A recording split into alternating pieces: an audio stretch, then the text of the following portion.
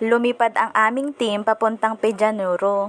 Hello guys! Ako si Josa, anak ng isang mafia boss dito sa Pilipinas. Habang naghihintay nga ni kami na mapuno ang van na sasakyan namin papunta doon, kung saan kami patungo, ay nag-take out muna ako ng Jollibee for lunch namin. Pero hindi din namin nakain yan kasi pagdating ko ay lalarga na yung van. Maikli lang yung biyahe, siguro mga 1 hour and 30 minutes lang nandun na kami. Dumaan daw kasi sa shortcut kaya madali kaming nakarating. Dito na rin namin nakain yung tinake out kong Jollibee. Mga pasado alas 2 na to kaya gutom na talaga ang mga person. Ngayon ko lang napansin na hindi ako yung sentro ng camera dito. Kung hindi nyo nga naitatanong, tanungin nyo na rin. Andito kami ngayon sa Albay Doctors Hospital dito sa Legazpi City. Ito yung Facebook page nila. May contact number na din dyan in case na may gusto kayong ipacheck or ipatest. Ang dami din nilang mga specialist doctor para sa mga iba't ibang nararamdaman mo sa buhay. Nasa 6th floor nga kami dito kaya mahayahay, ang sarap matulog. Kaso hindi naman makatulog kasi kantin to, baka malasin bigla. Naghintay nga lang kami kay doktora dito ng mga a little bit.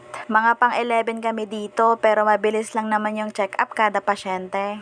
Mga bandang 3 ay tinawag na din sa wakas ang kambal. Habang naghihintay ako dito sa labas ay kinukulit ako nung bata na kalaro nila kambal kanina. Gusto ko sana i-video kaso wag na lang kasi nandun yung mama, baka magalit. Sa own diagnostic ko nga ay may ADHD ang batang yun. Okay naman sana siya pero super kulit.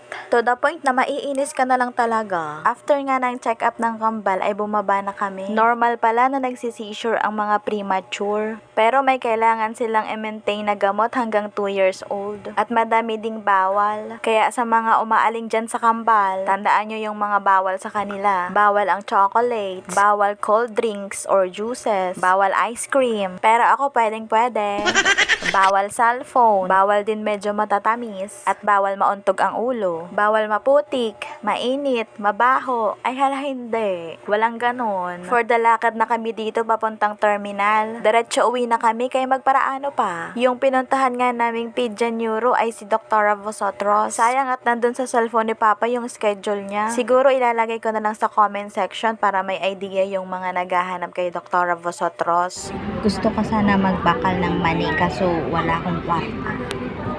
Ito lang meron ako. Yan lang.